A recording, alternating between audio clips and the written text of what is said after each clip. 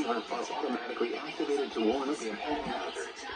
Of the signal normally conducted by the National Weather Service in Mount Hope, New Jersey, every Wednesday between 11 a.m. and noon. If there is a threat of severe weather during the normal test time, the test will be postponed to the next good weather day. Reception of this broadcast, especially the one tone, will vary at different locations. This variability, normally more noticeable at greater distances from the transmitter, can occur even though you are using a good quality receiver in perfect working order. The one-to-one tone will be activated for hazardous weather watches and warnings for the following counties: in Pennsylvania, Burke, Bucks, Carbon, Lehigh, Monroe, Montgomery, East Hampton, Pike, and Springfield. And in New Jersey, Lebanon, Mercer, Morris, Somerset, Sussex, and Warren. This concludes the weekly test of NOAA Weather Radio All Hazards. Station WXL 39 in Allentown, Pennsylvania.